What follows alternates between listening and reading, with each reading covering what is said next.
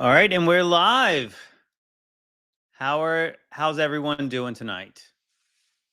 I'm excited. We got a lot of people in here tonight already. Sorry I was late. Sorry for the delay, but we're here.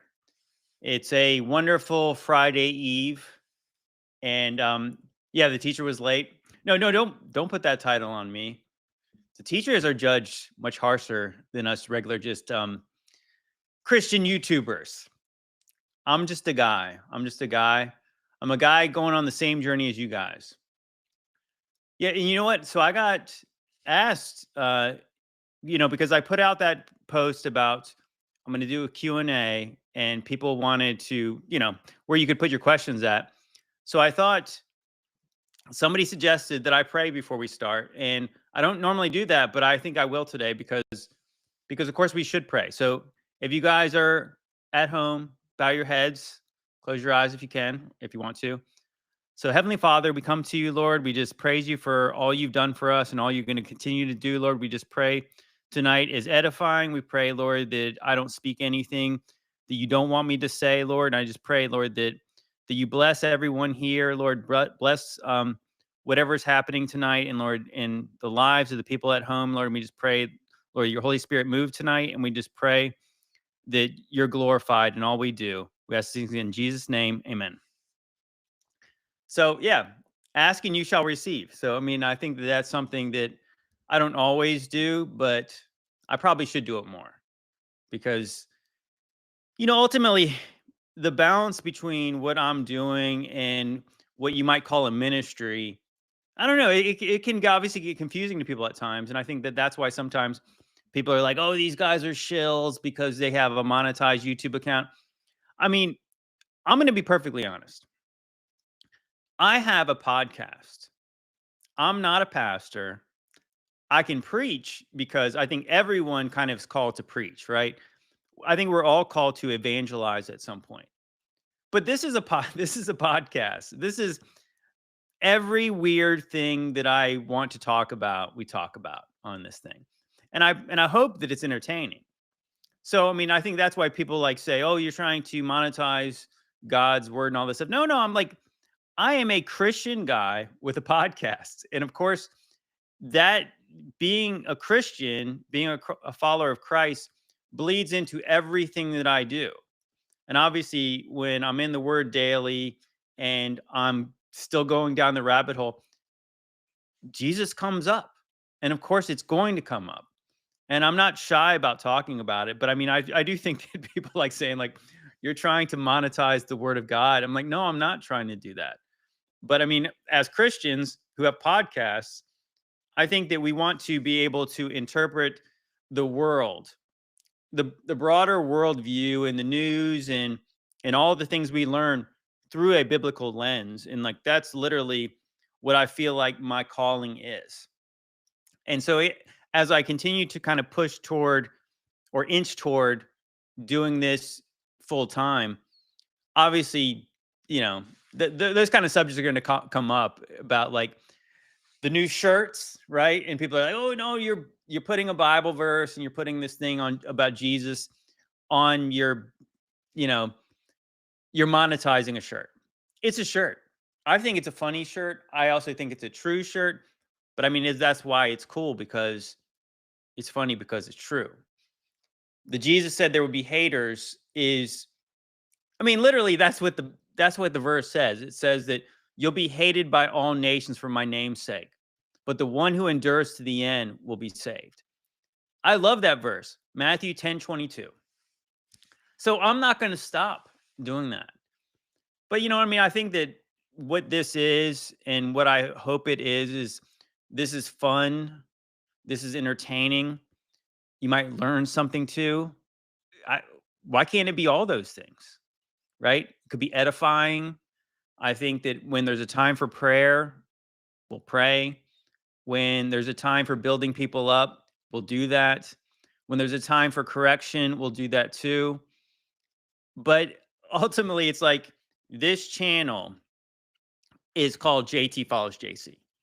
So JT being Joe Telford, my name, my initials, follows JC, Jesus Christ. So that's what it's always been, and that's what it'll continue to be. But I mean, like that, I mean, it does get confusing because I do kind of view this as a ministry in some ways. But I don't want it to get it confusing where it's like I don't think that you should like have to support me like I'm some pastor or something like that. I'm not passing around the offering plate like you need to tie to my ministry. But I do think that this is the best way, at least currently, that I can reach people for Christ doing this. And in my old, like in my current profession, my day job, it's very difficult to bring Jesus up in business conversations about drywall. But this gives me the avenue to talk about everything. And I do think the important thing is, and I actually, the Cult of Cons in here, I was watching some of his stream last night and it was great. I think it was great because I've been talking about a lot of the same things about how that I don't want to be pigeonholed into the short season guy. I believe we're in the short season, but that is not my identity. And I've said that before, and I'll say it again. My identity is a follower of the way, a follower of Jesus Christ, the King of Kings, the Lord of Lords. Christ is King. So that's who I am. That's my identity now. Obviously, I'm a citizen of the kingdom, the citizen of heaven. And that's kind of what I want to portray. But I mean, as we're here, I have a podcast and I want to talk about it.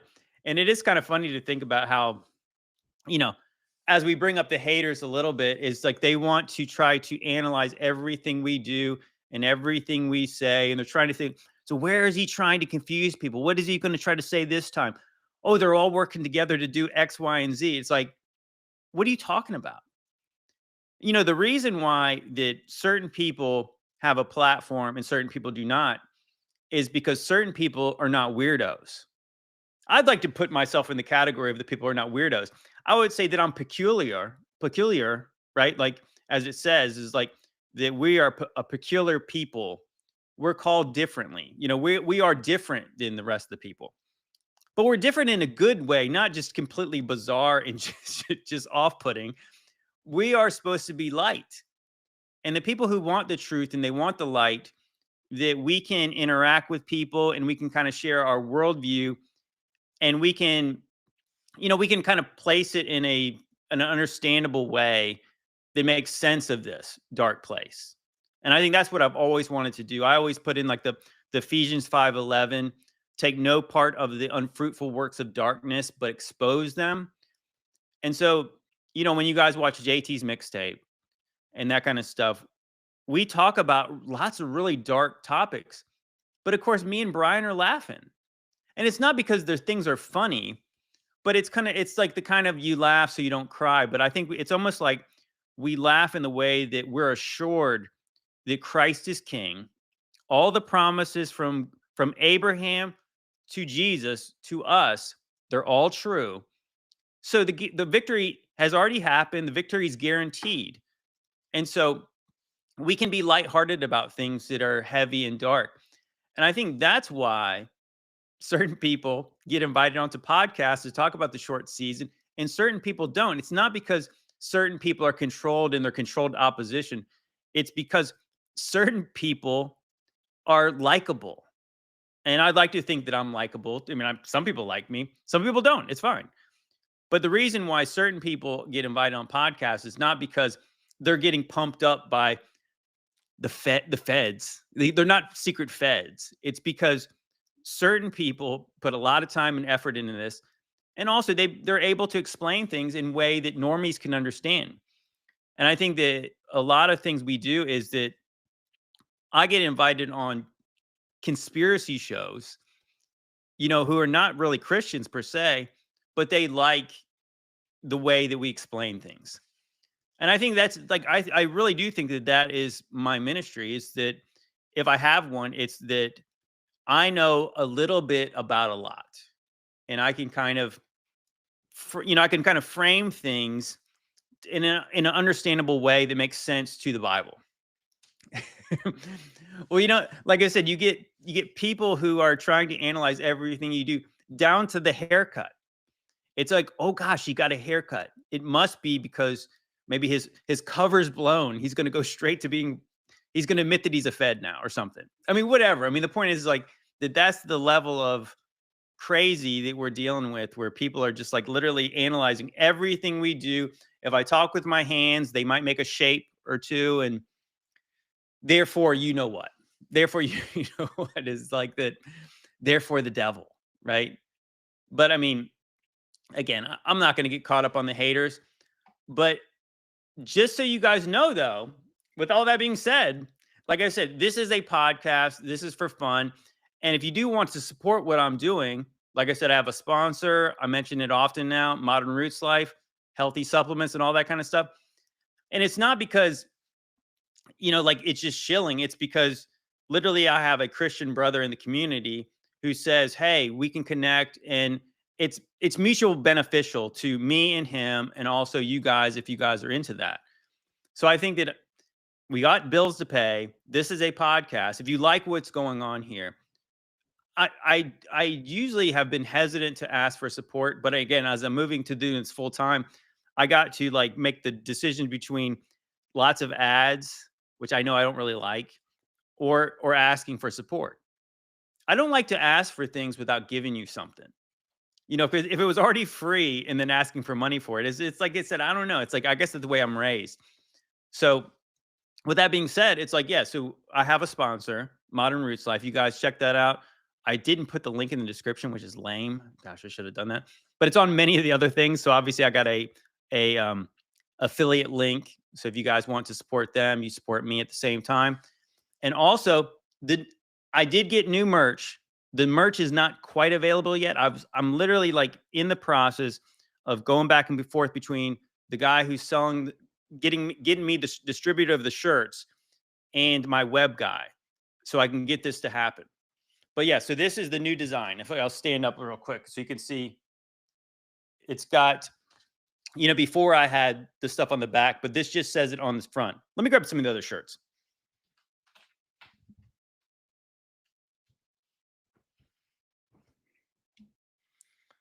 So as of now, I literally just have their unisex shirts. So for ladies, you get the smaller sizes, I guess. But so this is kind of like the more woman's design right here. I'm going to show you some better pictures, but I want to show you this. So it does have, it's a little low key, right? You got the tag here. So you see like I'm not trying to put my logos on stuff all obnoxiously. You see JT is buffing up, guys. I've been lifting weights. What I've been doing recently, again, because I've been taking the Modern Roots supplements.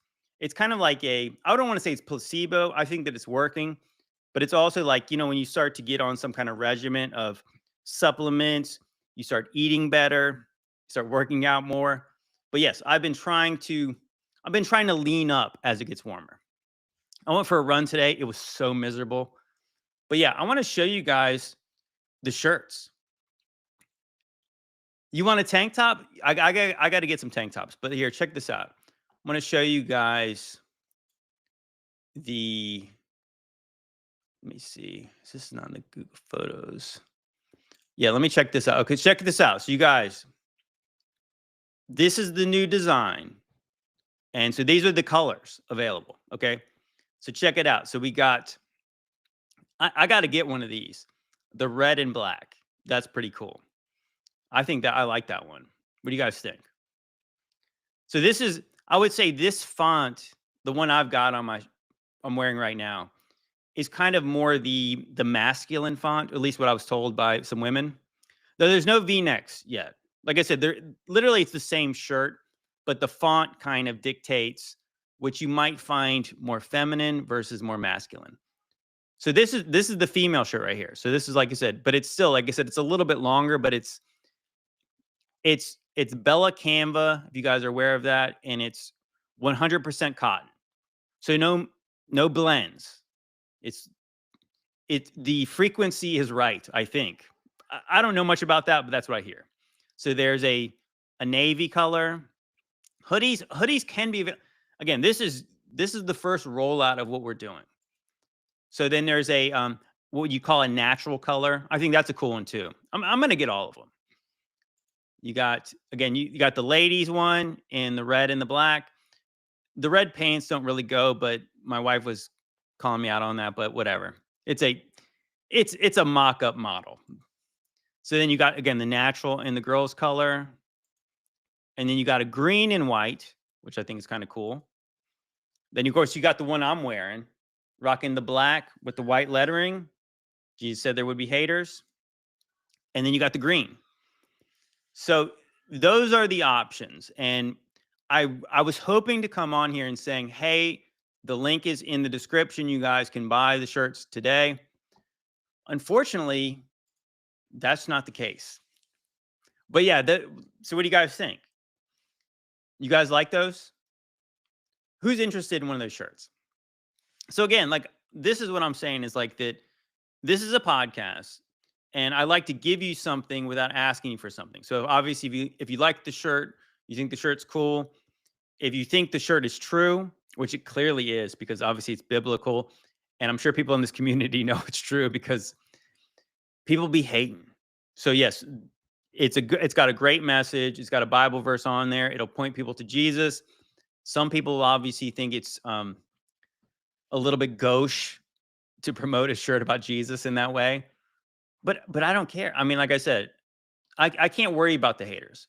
I'm here. My hand is to the plow and I'm moving forward. So again, if you want to support me, obviously when the shirts are available, please check one out because I think that would be very cool. I think that this shirt could be pretty popular. I think that people would like this shirt. I could see a lot of people wearing this. And again, I used to have the JT follows JC on the sleeve, but I went with the understated in the back tag, right? So it's classy. It's a classy shirt. Like I want to go like Trump. It's like the most classy shirt ever made. It's the most humble and classy shirt you could buy. With that being said, why do we need financing to tell the truth? We don't need financing to tell the truth. Why do you do anything for money? Because we need money, right? If everything was free, we wouldn't have to do anything for money. But because we have bills and because I don't get the shirts for free, people have to buy them. Like, it's not like I have a free shirt making factory and then I'm selling the shirt. I have to pay for the shirts. I mean, somebody's got to pay for them. I mean, we have to pay. You buy other shirts. Why won't you get a cool one that has Jesus on it? And you could help a brother out, right?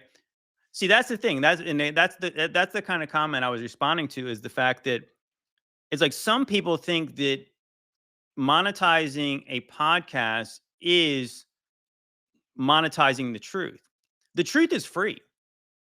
The truth, you can find the truth anywhere. You can read your Bible and you could skip YouTube altogether if you want to not monetize the truth. You could just read your Bible. But this is a podcast, and I think we offer a little bit more than just straight Bible readings, because that's not what I do. I think I'm the person who can point people to the Bible by telling them lots of other things, and that's literally why I'm here. And again, it's a podcast. I think that's the thing. It's like, here's a question for the haters. I'm not saying this person is one, but this is a question for the critics. So if you don't like Christians monetizing their podcast, do you think it's a sin for a Christian to have a podcast? Okay, a professional podcast. And if you think it's that, would it be better if a Christian guy had a professional podcast, but he never mentioned Jesus? That's just a question. Like I said, so you kind of have to answer that. It's like, is it a sinful profession for a Christian to have a podcast? So if you say yes, I guess a Christian could have a podcast, but he can't mention Jesus because then he'd be monetizing the gospel. Again, if you have a professional profession where you like do construction, you tell people about Jesus, are you monetizing your profession? Are you monetizing the gospel? I don't think so. I think that these are issues of faith. Why don't you let me and the Lord work that out? Right? I think that's kind of what faith's about. Judge not lest you be judged. Again, I think the thing that Paul and I were talking about at one point is like that if you just walked into this the first day, and I've been doing this for like 10 years, and I had like a really big podcast, nobody would ever have questions about the fact that he sells merch or he's got ads on his content. But when you watch the lowly beginnings, and then you get to watch kind of like how the sausage is made and how it becomes a professional podcast, yeah, I'm trying to work those details out too. In my faith, obviously it's between me and God the way that works out. So again, it is between me and the Lord. If you don't like the shirt, don't buy the shirt. If you don't like the ads on the content, get YouTube Premium or don't watch. Like it's like I'm not asking you to watch. Like I said, well, I sort of am asking you to watch, but if you don't like it, you don't have to. I think that's kind of free will, right? Wait, it says, so now that is where I have a problem when they're selling themselves. Thanks, JT. It turns into ego fest, and some channels are, oh, that went by quick. And in the season one's my friend. Thank you. Well, like I said, it's, that's the whole thing, man. At the very beginning of this, I said, I'm not a little seasonist. I'm a Christian guy named JT. And that's what I've been from the very beginning, and that's what I'll continue to be. And so when we talk about CERN and we talk about UFOs, we talk about Nephilim, we talk about reptilians from the inner earth and all that kind of stuff. It's like, am I monetizing the truth when I'm talking about that? When I'm talking about every weird thing that's coming out of Hollywood? I mean, it's like, this is not a church service. It's just not. It's not like your modern evangelical Sunday mornings. This is a podcast. So you either like it or you don't like it. Now, I'm going to tell the truth and I'm going to talk about Jesus, whether people want me to or not. And again, that's between me and the Lord. So it will be my job. I mean, it's already kind of my job, but I mean, it's a job that I really enjoy. And I think that that's probably evident that I enjoy it. So it's a profession that I want to do, and it's an avenue to talk about Jesus. And through that, I can use it as a ministry, whether it's a quote unquote ministry per se. That is what it is to me, because I was never able to talk about Jesus as much as I have to as many people as I have now. And I think all glory be to God about that. All right. With that being said, so I advertise this as kind of a Q&A. Well, I originally advertised this as a Q&A, but I thought, I didn't realize I would talk this much about this at the beginning, but I sort of created the thumbnail to talk about how the beast was buried. And I've often teased you guys that I share with Paul in Alpha Talks all the time about my little Google News feed that comes through. And I get all these articles about that Roman things were dug up. They were found accidentally. And so I thought I would share a few of those things. But I'm going to start with kind of a la JT's mixtape. I'm going to share one of my shorter reels just to kind of like to preface all this stuff. So a lot of people talk in the conspiracy realm about the mud flood in Tartaria. And I want to frame this in a biblical lens. So we're going to start off. I'm going to share you a video that I created. I think it was last June, maybe. And I think this is a good way to start it out.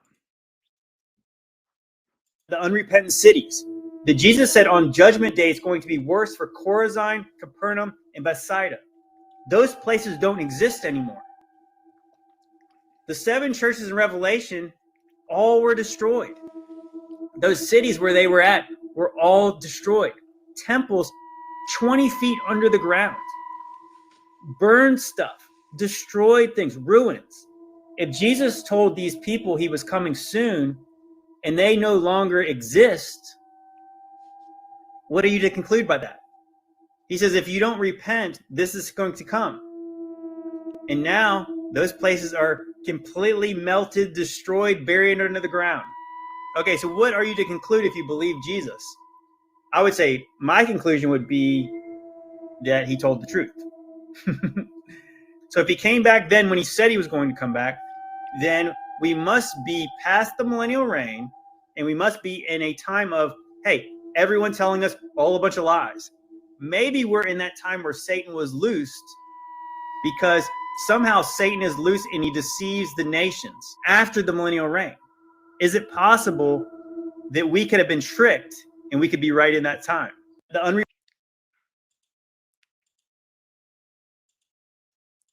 What do you guys think? Do you guys think that we could be living in that time? See, that's what I'm talking about. So, like, you have all these people talking about mud floods, Tartaria, the old world. And so I wrap them together with a biblical understanding that kind of makes sense to everyone. I think what's really interesting, I think the most interesting thing about that video, not besides the fact that I did it, was that people don't know what I said. I didn't know that until probably over the past year. I did not know that the unrepentant cities from Matthew 11 had all been destroyed. All the seven churches from the book of Revelation, all those places had to be dug up. It's kind of like one of those things where, like, unless you're really thinking about what the subject matter is, like, unless you're really like listening to the words and thinking about what it actually means, it's easy to miss. So when they find Roman things, they use the word excavated. So what does excavating mean? It means they're digging them up. But nobody ever stops to ask, how did they get buried?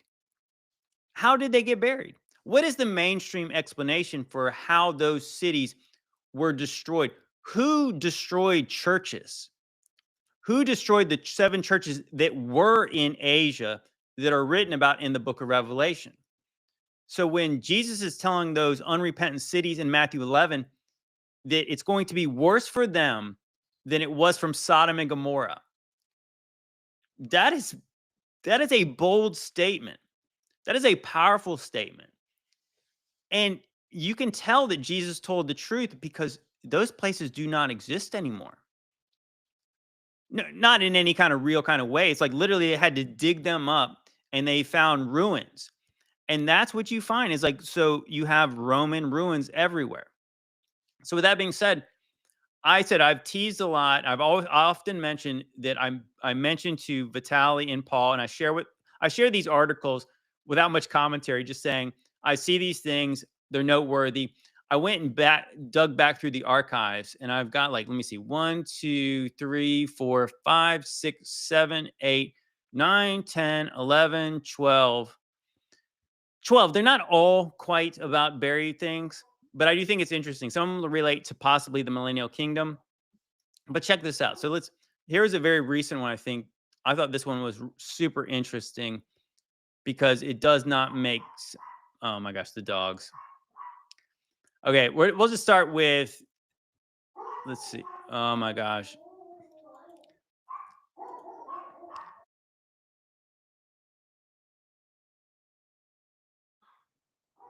Those, the dogs. The dogs don't care that we're doing stuff. Okay, so let me see. Let's start with, we'll just start right from the beginning. So we got an ad here. Okay, it says, from the Jerusalem Post, Italian farmer finds 84 meters squared Roman mosaic while planting cherry orchard, stunning archaeologists. So this guy's obviously digging into the ground and he just finds this super ornate mosaic from ancient Rome. Like what what is going on? Hello? Oh gosh. What is going? Why do I hear myself? This is weird. Let me stop sharing. What in the heck is going on? Do you guys see two of me? Sorry, some technical.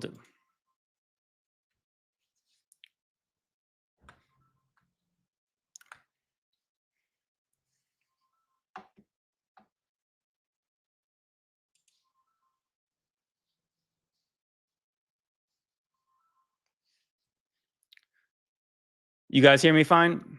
For some reason, there's two of me on here now on my thing.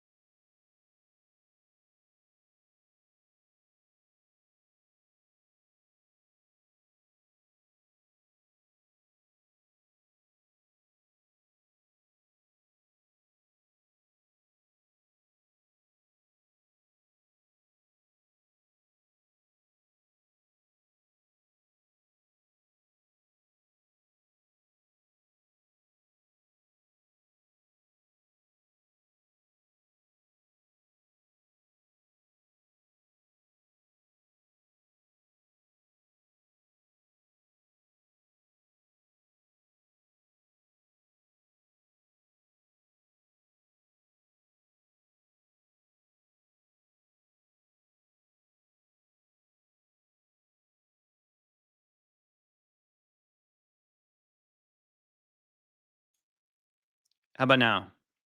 Oh my gosh. Okay, so there was no sound, but now there's sound. Oh my gosh, this is what the heck is happening?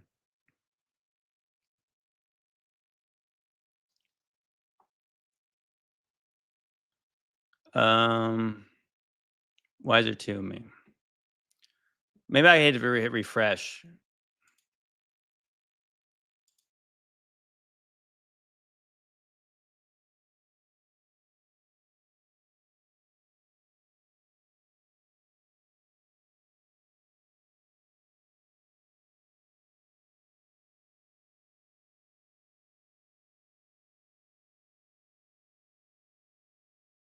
We good? I feel like there's a delay. I feel like the devil is trying to mess this up. We good? Okay, am I back now? I was muted for 5 minutes. What about now? Are we good? It's fixed. It's fixed. This is gremlins. This is gremlins. This is demons. So what I had happen on my side, it was like for some reason, all of a sudden I have two of me, and so I was hearing an echo of myself in my. I have no idea what happened, and I prayed before this. Of course, the devil is going to try to attack this stream. This is too much truth right now. We're good. We're good. All right, let me go back to sharing that article that I was just showing. I thought we were good, but I guess we weren't. Okay, so oh yeah, here we go. So what I was saying before is that spectacular bronze statues, thousands of coin found in Etruscan Roman sanctuary of Santo Cassiano de Bigana. And yeah, that looks like a bronze head found in Etruscan Roman sanctuary. It looks like a Caesar. We good? We need to get Demon Racers on. Yeah, we need to get him to exercise this live stream. Yeah, so once again, you scroll down a little bit and it says excavations have unearthed fascinating array of votives, offerings both inside and outside the temple. They include oil lamps, glass ointment jars, bronze figurines, painted terracotta, anatomical ex votis. I don't know what that is, but I know what anatomical means. Even gold sheets, all bearing witness to ritual seeking divine intercession. And then it says, yeah, 10,000 gold coins were found, bronze statues, idols, all kinds of weird things. But again, it had to be dug up. Why did it need to be dug up? We'll get to that. We'll get to that. Okay, let's share the next one. Okay. Let's go back over here. So we'll share another article. So we already read about the Italian farmer. And here we got another one right here. 2,000-year-old Roman basilica found under London streets. An archaeological excavation in the heart of London unearthed remnants of a city first Roman basilica, a nearly 2,000-year-old public building. Now, like, how is that? Like, nobody really even thinks. Can you guys still hear? You got audio? Okay, you guys hear? Maybe refresh, Zach. Yeah, so it says mid-3rd century Roman Mithraeum. I think that's from like Mithra, also known as the Temple of Mithras, now beneath Bloomberg's European headquarters in the city of London. So once again, the city of London is actually called, or once called, Londinium. It's still a very separate part of the city of London, or London proper, but the city of London is actually different. Yes, sorry, these pop-ups. An archaeological excavation in the heart of London unearthed remnants of the city's first Roman basilica, a nearly 2,000-year-old public building. Workers at 85 Grace Church Street in the city of London stumbled upon the discovery while preparing the site for a new hyper-modern office building. You know what I'm saying? Like, why did we never think this was weird before? Like, how is there Roman buildings under the earth? So you think about that. A Roman basilica, so you're talking about a building that was likely, I don't know, 45 feet tall at least. So that's what people say, that up to 15 meters, 45 feet, these buildings were buried under the ground.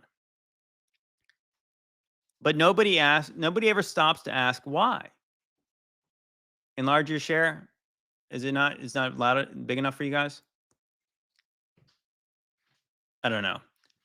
I'm reading for you the important parts. The point is, there's no good pictures of this one. But again, this is an answer to what we were talking about, the Gunnar Heinzen research. There was a cataclysm in the first millennia AD that wiped out the history before. And the only thing we're really left with was the Bible. And the reason we're left with the Bible is because the Bible's true. Oh, is it not? Okay, I should maybe change the layout. Let me see. Maybe that'll be better for y'all. I'll check. I'll see what it looks better in this next one. Okay, let me share another one. Let's see what we got next.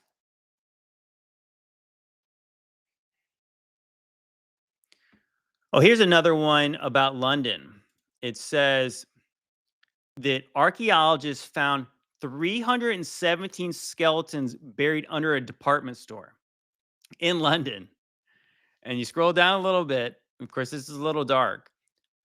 It said 317 medieval and post-medieval skeletons were discovered at the site of a department store that is being remodeled into a university campus.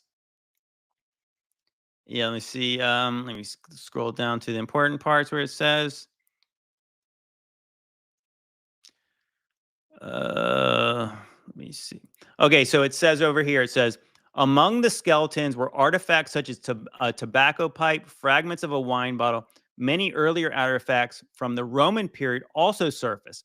which makes sense considering that what is now King's Square is thought to have once been a northeast quadrant of the ancient Roman town.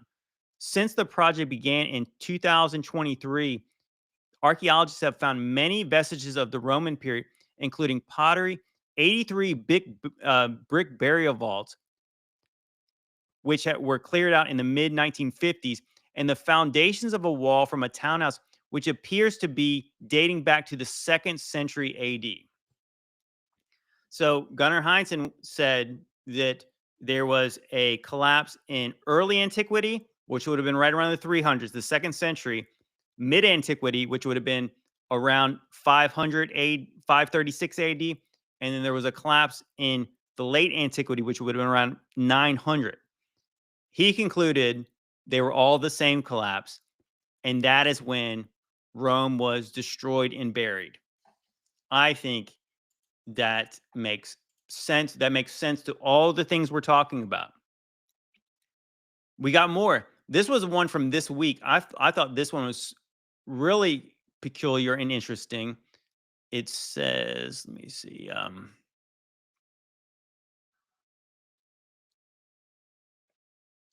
Okay, this one is really interesting. Check this out. Menorah artifact found in Byzantine home of Jerusalem baffles archaeologists. You guys seeing that one? Yeah, why is it so small? I'm sorry that it's so small. I just noticed what your screen looks like and my screen looks like, because it doesn't look like that to me. Okay, is this better now? Let's see. I'm trying to fix it. Is it still tiny? This is weird. Okay. I just changed the setting, so hopefully it'll. You got your monocle out. This is going to be a trust me, bro situation where like you have. I'll post the links to the articles. But I thought I changed the setting, so let's see if it makes it bigger. I guess it's not working. Let me see.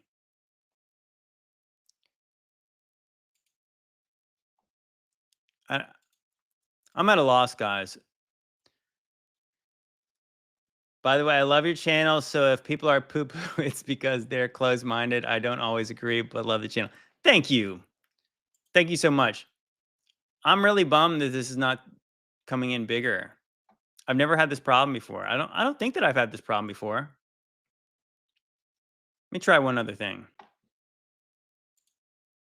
I really do feel like the devil is trying to mess with me right now.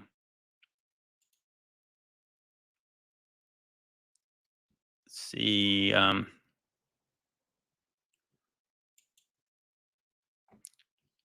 Let's see if I can fix this a little better. It's still small, right? Jesus said there would be haters. Correct. Correct, Axe. You guys are incredibly patient. I will try to do that. I will try to link these different articles so you guys can read them for yourselves. But at this point, you're just gonna have to just. I don't like to do that. Just trust me, bro. But we're gonna do that tonight. Technical difficulties. Okay, it says menorah artifact found in Byzantine home by Jerusalem baffles archaeologists. A unique pillar top featuring what looks like a menorah where none should be triggers argument. What are we seeing and why are we seeing it? So if you guys are not aware, so the Byzantine Empire was supposedly the one who took over after the Roman Empire, which would have been in the Dark Ages. But biblically, and in this research we've done, we would both conclude that in 70 AD, Israel, Judah, Jerusalem, all that stuff was wiped out. So how do you have a menorah in a Byzantine town? I think what this actually is that it's because the Byzantine Empire, the Jews and the Christians were all alongside each other in the times of Jesus and shortly after the times of Jesus. And that is what this is. They think this is something that came much later, but no, this was around, they were all contemporary to each other. And this is proof of that, is because no, it does not make sense they would have a menorah, because I don't think Christians would put a menorah on things. Not a Christian empire like the Byzantine Empire is like what we're told it was. I believe this happened right at the same time, and then Armageddon happened. Judgment Day happened, and all of this got wiped out at the same time. So let me scroll down. Let's see what it says.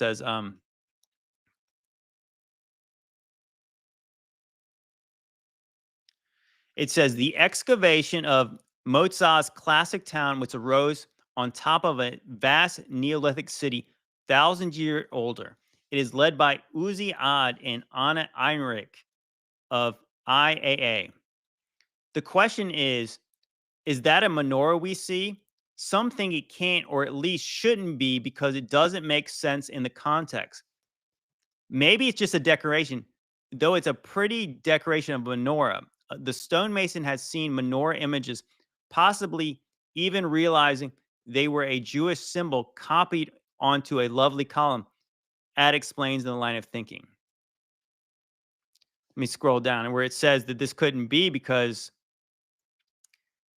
yeah, this was way after what they believed the Jews would have been wiped out at this point. The Romans obviously would have destroyed all this stuff.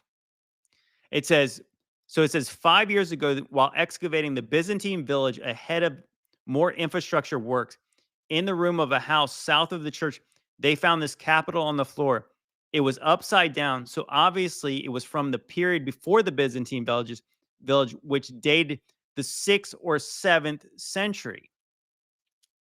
So that's what they're saying. So again, think about, see, if you guys have not watched this video, you guys definitely need to watch the breakdown that Paul from Understanding Conspiracy and your boy here did, talking about Gunnar Heinsohn's 2016 presentation, where he concluded that 700 years was added to the first millennium AD. This will all make sense, because this does not make sense to archaeologists. But the reason it doesn't make sense to them is because they are learning what Gunnar Heinsohn already told us. That this does not make sense because it was found in the same strata, the same stratigraphy, right? So if you guys aren't aware of that, I'll break it down. I'll try to condense that really quick. Is that what Gunnar Heinsohn was saying was that the reason why we have what we call a dark age is because there was no advancement in architecture, there was no advancement in language, and there was no advancement in culture during like 1,000-year period. The problem is the problem for like the chronologist, the AD chronologist, is because there wasn't 1,000 years. It was all the same level. It was all built in the same strata. So when these archaeologists now, who don't know the chronology, they're digging, or they know the chronology, but they're digging down and they're finding a menorah, which should be at a level is of the 6th or 7th century. There's no sound now? Or is the sound gone still? No, some people are here. Some people are hearing. Maybe you need to refresh. Is everyone hearing this? I feel like I'm taking crazy pills right now. This is difficult to do by yourself if you don't know people can hear you. Can you guys hear? I can hear. Refresh your screen. Okay. Okay, good. So what I'm saying is like that. So what archaeologists are finding is things that don't make sense at the strata level they're finding it out, because they're finding it at the same level where you find supposedly newer things. You're finding things that don't quite fit. Thank you so much, Whale. Oh my gosh. God bless you. And thank you all for sharing the super chats. I've been kind of distracted, but God bless you, brother or sister, whoever you might be. But yes, what I'm saying is that that doesn't make sense, but it makes perfect sense to us. It's confirmation of the things that Gunnar Heinsohn was already saying. But again, I want to go all the way back to, again, what I was originally talking about. Why is there things buried in ancient Rome? Why are ancient Roman things buried? Has anyone ever given you guys, like if you guys are college educated, even if you're high school educated, did anyone ever tell you guys that Rome was buried? Have you heard of I mean, am I the only one who feels like I was lied to by like a lie of omission? The fact that Rome was buried. Like, why do they need to dig up stuff from 2,000 years, supposedly 2,000 years ago? Like, why did it need to be dug up? Like, nobody talks about the fact that there's this layer of sediment that's up to 45 feet. It's probably even deeper than that in some places, but 45 feet of sediment. And that's why, of course, I made the thumbnail where you're really only seeing the tops of things. You can see ancient pictures, well, not ancient pictures, but pictures from the 1800s of Rome, and there's dirt and all kinds of stuff all around the Colosseum, all around all the buildings. I think that that is something. I think it's something they should have told us about, but they didn't. Okay, let's see if we got another one here. Okay, we got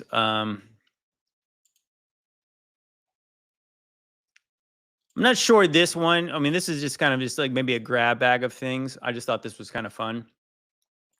This says 27 artifacts that might make you like history even more if you weren't interested already. Of course, I'm sure this is coming in. You know, I might not even do this anymore because if you guys can't see this, okay, it's working now. Riverside is trying to mess with me. Okay, so now you guys can actually see I'm small on the screen. Okay, is it working now? Thank you, Mr. Brown. Okay, let's look at this article. I think that's kind of an interesting picture right there because it looks like a coin and it looks to me which could be a Greek or Roman god and it's holding Nike. But I don't know. It's kind of giving me Jesus vibes though. Are you guys seeing that? It sort of looks more like Jesus because it looks like somebody's sitting on the top of a column and it looks like he's got a rod of iron. Am I missing? What do you guys think? Could be. Okay, so this is a second century skull. That's not something I'm interested in. Some ball from China, some trousers. That's sorry. I didn't preview this enough before I decided to share this live. A preserved loaf of bread. Somebody was making sourdough in Pompeii when the Great Tribulation kicked off. That's unfortunate. That's a skull ring that looks like. Well, that's an interesting one. A claw of a moa, a New Zealand bird that went extinct in 600 years ago. Oh, there's your skull and bones, the Jolly Roger. Yeah, that's by the way, that's where pirates. That's why they have the skull and bones. It's because they were original secret society. You know what? Okay, there we go. That's something interesting. No, it's not. Sorry, I thought that there was some kind of I apologize. Oh, that's an interesting one. That one right there. The mysterious Roman dodecahedron. Sorry, that has been found in England. More than 100 of these have been found all over Europe, but nobody knows what it was for. What is that? Again, it was dug up. There's nothing written about it because, once again, there was a cataclysm that wiped out all the old writing.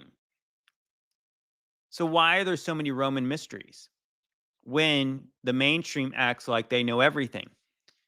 This is proof that they don't know everything. Okay, let's see. Oh, that's interesting. 19th century mysterious carved coffins that were found in Edinburgh, once again in England. We have to ask Paul about that.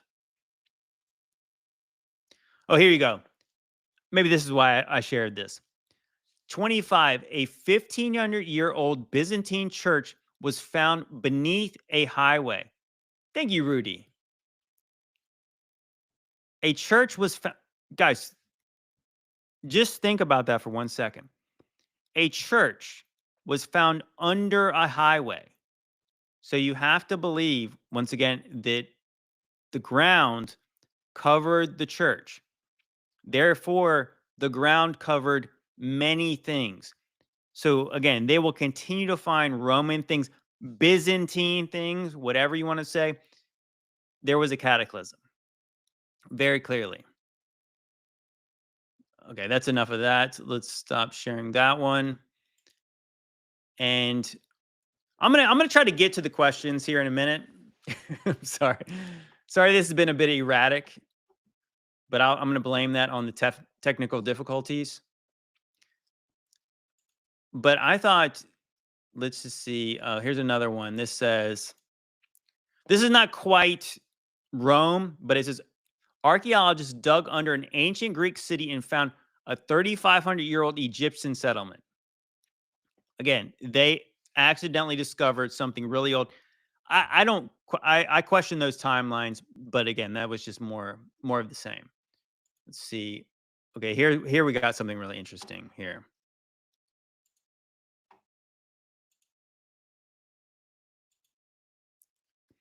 Okay, here's one. 500-year-old tunnels depicted in Leonardo da Vinci's sketches have been found beneath an Italian castle. This is sort of interesting. They keep finding things under things. What is happening? Look at this old castle. Is it Sorforza Castle in Milan, Italy? Yeah, it's got some Antiquitech on there.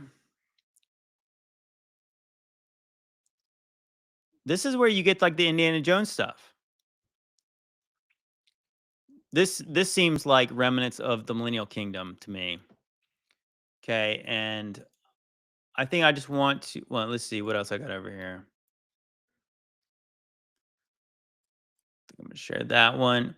But I want to just to end on a positive note of things that are not buried. Let's check out this thing about castles.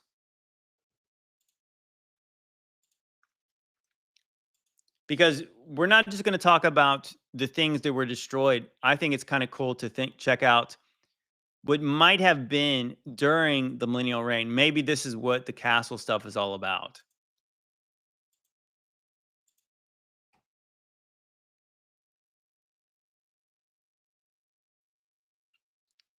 All right, let's take a look at this. Some of these places are amazing. So we got all these things. Okay, I'm gonna go through them quickly, and then we'll get to the questions. But I mean, like, so you got the copper roofs, spires, Antiquitech. I mean, Prague seems like a place we need to all go. Let's check that out bigger. Can we just admire that for 1 minute? Amazing. So this is Mexico right here. Yeah, these things are epic. The way, I mean, like the logistics of these places don't make a lot of sense. Okay, that one's not so impressive in Australia. One in India. Let's skip that one.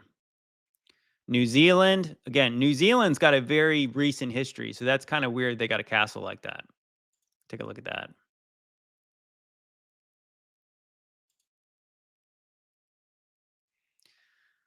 Yep, the UK. That seems impractical if they had that water around it the whole time.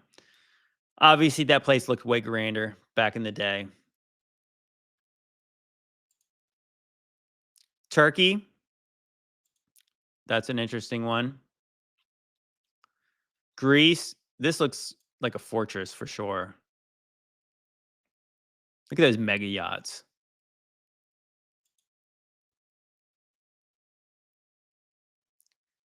Castle de Amaros, and this is in California. So why is that in California? We got to read the history on this one.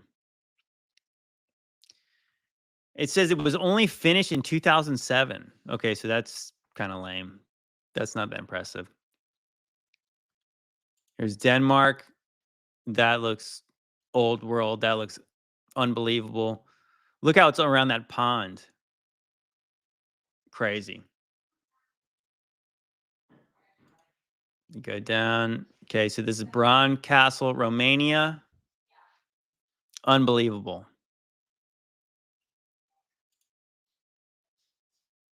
Now here's what I'm talking about right here. Look at this thing. Just imagine the logistics of a place like this, building this with water all around it. It looks like the water and the land was terraformed to create this structure. I wouldn't doubt it if the whole island was terraformed. So it says the first traces of this fort can be here dated back to 942. But it wasn't until the 1840s this castle took the look that it does today. Get out of here. Get out of here with that. Here's another one. Slovakia. Always surrounded by water. I think there's something about the water and energy. This one was saying it was 1113. And it's what it says. A huge natural travertine cave discovered incredible rock formations in 2 underground pools, which was only rediscovered in 1888. Poland.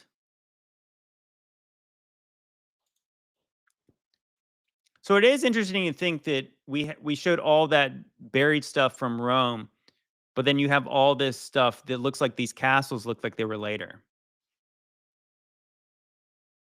Oh, that's interesting fountain.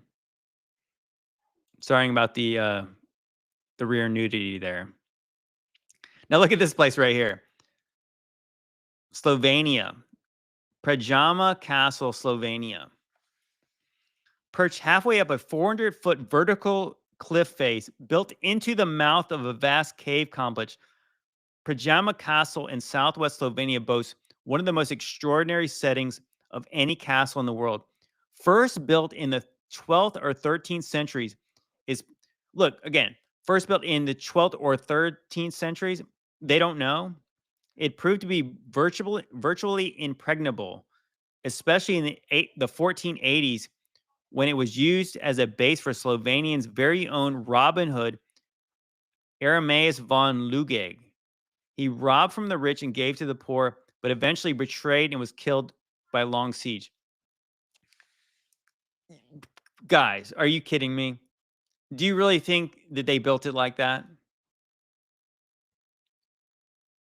How?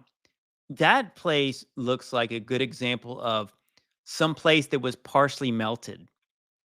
Like, look how it just comes up from the stone, from the mountain. How insane is that? See, this is not me knowing anything here. This is me like, oh, what happened here?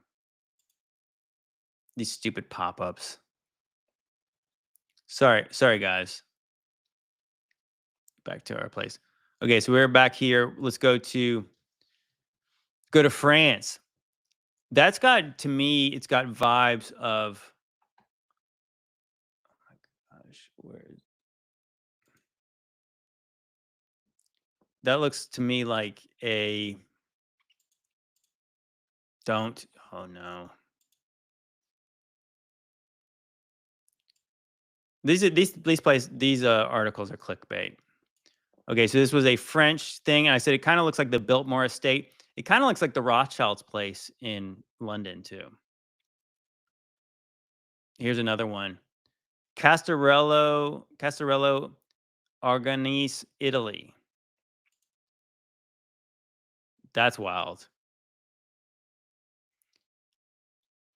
Again, check that out. Like, how? If the water was like that, how did they build that where they built it at? Get out of here. It says they built that. It says the fortress here in 474 BC. And King Alfonso of Aragon, Aragon from Lord of the Rings, gave it a thorough makeover in the 1400s. Get out of here. Get out of here with that. Scotland, in the 13th century castle.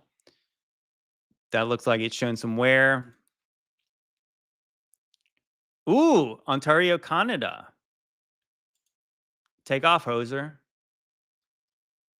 That's interesting. Again, that's looking at an estate supposedly built in 1911. Here's one. Alcazar of Segovia, Spain.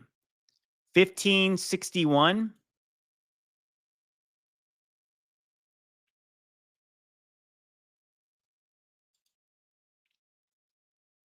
We're almost to the end of the list. We're on number 7. Okay, so that's in Sudan. It's a lot of red. It kind of reminds me of Sedona vibes. I wonder if that's what Sedona looked like before it was melted. So that one is supposedly the 17th century, so the 1600s. Look at this thing. Hohenwerfer Castle, Austria. Hohenwerfer? Thank you, Mad Pax. The logistics make no sense. No sense. There's no way. So that was supposedly built. When does it say? It does not even say when that was built. Yeah, it mentions that it looks like a fairy tale. No way. Thank you, Linda. And there you go again. That is kind of it's got King Arthur, Knights of the Round Table vibes, which according to Gunnar Heinsohn, King Arthur was actually before Jesus, interestingly enough. So that says that stately Windsor Castle is the oldest, largest inhabited castle in the world. William the Conqueror began building it around 1070. 1070. So 1070, once again, would be when they adapted the AD chronology. Okay, this is Lithuania. That one is kind of looks like a kid did that one. Still impressive. It says it's a 17th century castle. I don't know why that's number 4. That is a lot of colors. This is from Portugal, 1838. Okay, there you go. This is what I'm talking about. Neuschwanstein Castle, Germany. And this is supposedly started in 1868. I don't even know where they get these dates from. Again, like the logistics would be insane back in them days. But yeah, like that is like literally fairy tale stuff right there. I don't know how they conclude this is number 1. Himjama Castle in Japan. I'm sorry. That's it. That's the list. I think I'm going to go back to what do we think the best one is? That one's pretty epic. The one in Austria is pretty epic. Spain, that was good. That one is crazy. I want to say. No, that one is probably the most insane. As far as yeah, look, it looks like it's melted. There was a lot more castle before it was melted. That's what I'm saying. All right. I hope you guys enjoyed that. I know that was probably not really that prepared and was a little bit rough. And we've had a lot of technical difficulties tonight, but I appreciate you guys hanging in there with us. Ooh, we got 666 people in the chat. Ooh, why does it got to be so weird tonight? Okay, somebody says, please look up Las Javas in Colombia. Okay. Because we're here, let's just do it.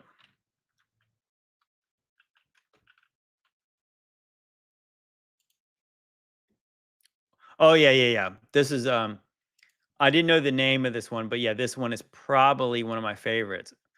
Yeah, it does seem like an omission here. Let's share this one real quick.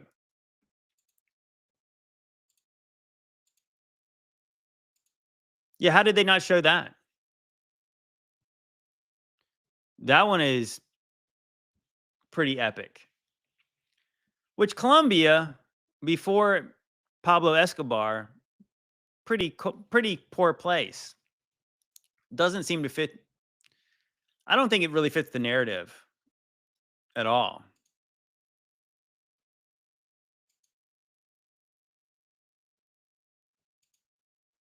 It seems like quite an undertaking. Ooh, color. Yeah, it makes no sense, honestly. All right, all right. So I originally advertised this as a Q&A. Should we take some questions and answers? So I already had a long list of questions for tonight, and I'm going to go to the page. And I don't think I'm going to screen share because the screen share has been a little bit wonky tonight, but I can go and I'll start from the very beginning and I'll try to read everyone's name who asked a question. And we might not get to all of them, but I'm going to do my best. Okay. You guys ready? And if you guys do want to ask questions here, I'm going to be concentrated on the list. I mean, I don't know what's fair. I mean, if you guys are here right now, should I answer y'all's questions first or should I go to the list? If you guys got questions, try to put them in here and I'll try to get to both. If you ask the questions already on the list, maybe just reiterate it. I don't know. I don't know what's the most fair way to do this. You know, when I do this full time, I hope this is a little more prepared, a little more polished. But you know that I'm just a guy just doing this for fun. And because I enjoy it, because it is so rough. Okay. But let's go over to the list. Okay. It says, okay, Jeremy Esok 5269. Recently, Nephilim Death Squad was talking about that pink mineral salt could be petrified remains of Nephilim bodies. I use that salt all the time, so I'm trying to figure out if it's true or not. I'd rather not be eating giant remains. LOL. Um, I have seen that. Maybe we should pull up a picture of that. Let's just see. The Himalayan salt. Himalayan salt. Let's see, mines. Okay.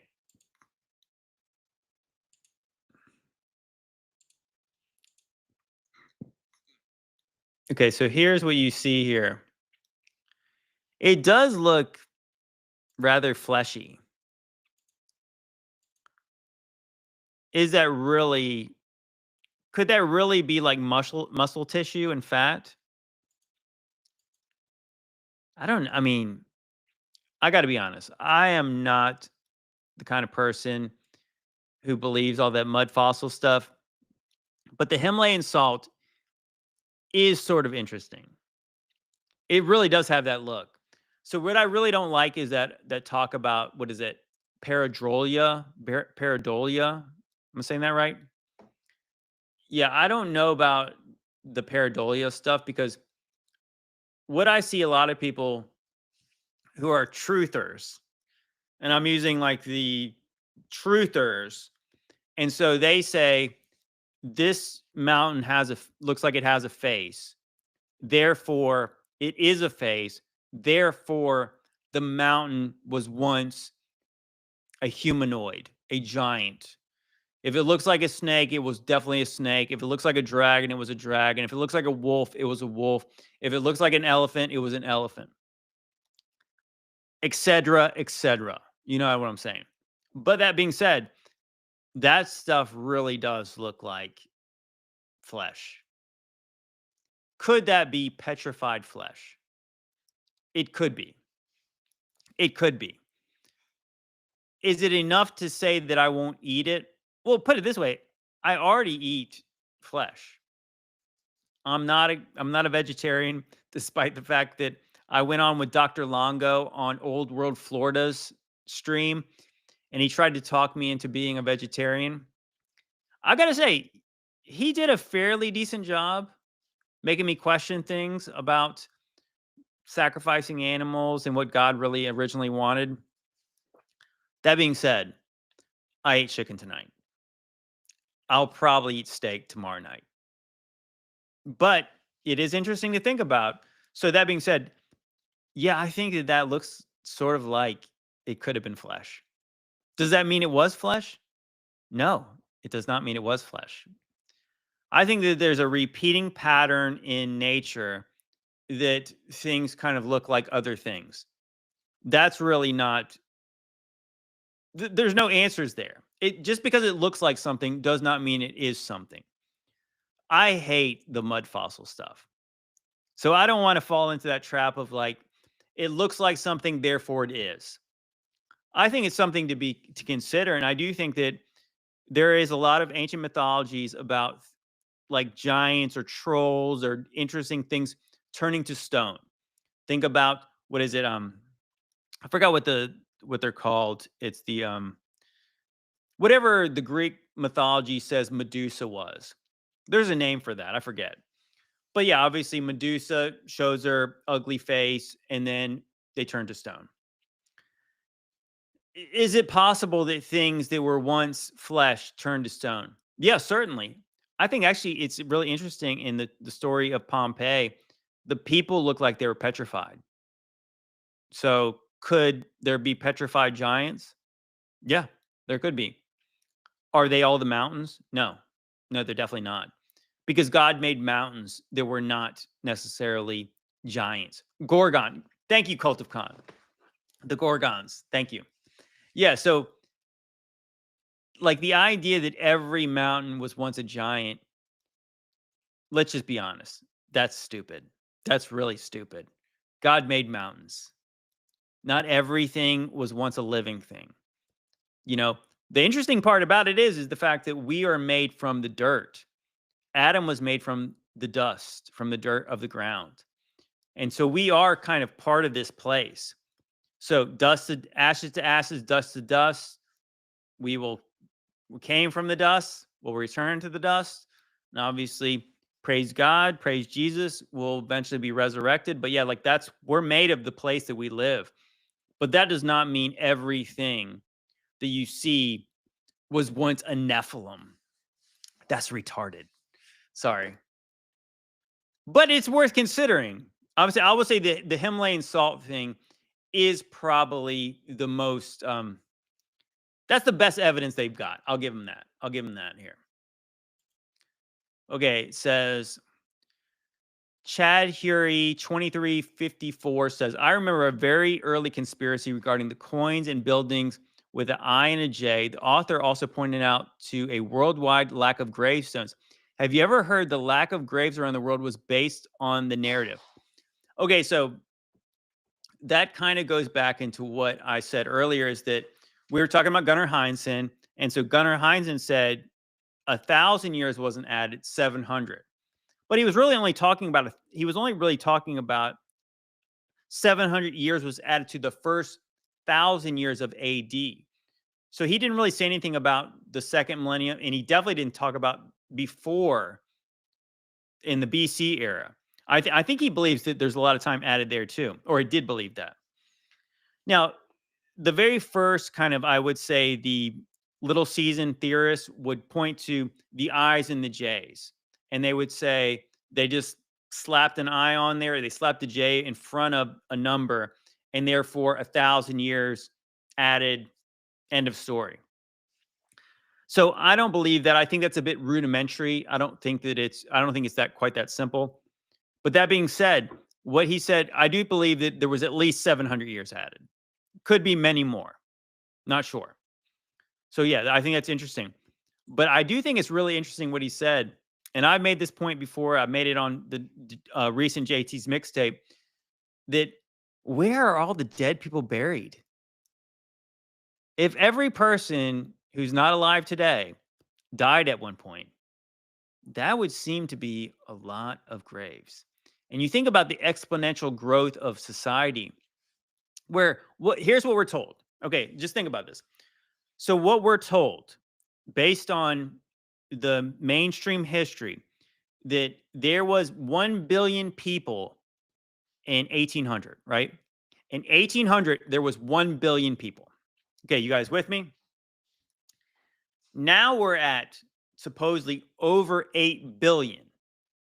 So 8 times what it was 200 years ago. Now check this out though. All these graveyards are really old, right? Like most of the graveyards in your town are not new. Actually, if anybody in the chat wants to mention, is there any new graveyards in your town? Is there any? Because I have not seen in my life them starting a new graveyard. Okay, you follow what I'm saying? It's like, so that if there was only there's only 1 billion people in 1800, and there's 8 billion today, there was obviously a lot of people died in between, right? Wouldn't we have a need for more graveyards now than they did back in the day because there was so many less people? I think, I'm just saying I think that's weird. I think it's really, really weird that there's not more graveyards. And of course, I was talking about San Francisco. So you guys hadn't seen. Actually, you know what? Should I just share that video? I think this is an interesting video because this goes right along with what we're talking about. I made a reel sort of recently about this. I was kind of playing off what we talked about in JT's mixtape, and I thought it was pretty interesting. Of course, I think about everything that I talk about is really interesting, but that just could be because I'm just that kind of guy. Let me find that video. Okay. This relates though. So I don't feel like this is just being self-indulgent. But my haters will probably say that it is.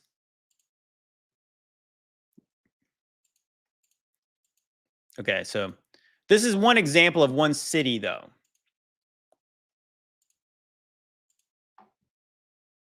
Guys, I think I got good evidence of a cover-up of San Francisco's real history. Check out this video. Back in the 1930s, almost all of San Francisco's dead were moved to Colma. It's been illegal to bury dead bodies in San Francisco for over 120 years, and lots of families couldn't afford to have their gravestones moved down south. So the ones that were left behind were inherited by the Department of Public Works and used for infrastructure projects around the city. I'm going to see if I can find some, starting with Buena Vista Park. The gravestones were used to line the rain gutters all up and down the main path. Aha! Found one. Okay, let's see what I can read. D, probably for died on the 22nd, 18 something. Maybe they lived to be 52 years old. Oh my God, found another one. It's in memory of someone.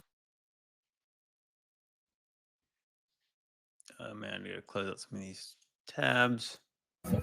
The second, possibly a last name starting with ST. I'm gonna head to the Wave Organ next. It's a beautiful interactive water sculpture sponsored by the Exploratorium, and it's made with PVC pipe and stone from Laurel Hill Cemetery. Pretty cool shapes. Keep an eye out for gravestones in other parts of the city, especially along the shoreline. Wow, how crazy disrespectful is it that they literally took people's headstones and mausoleums and turned them into gutters and bulkheads? Yikes. Now, why would they do this? I'll get to that. First, a little history about the city of San Francisco. Well, it was discovered by the Spanish in 1776, we're told.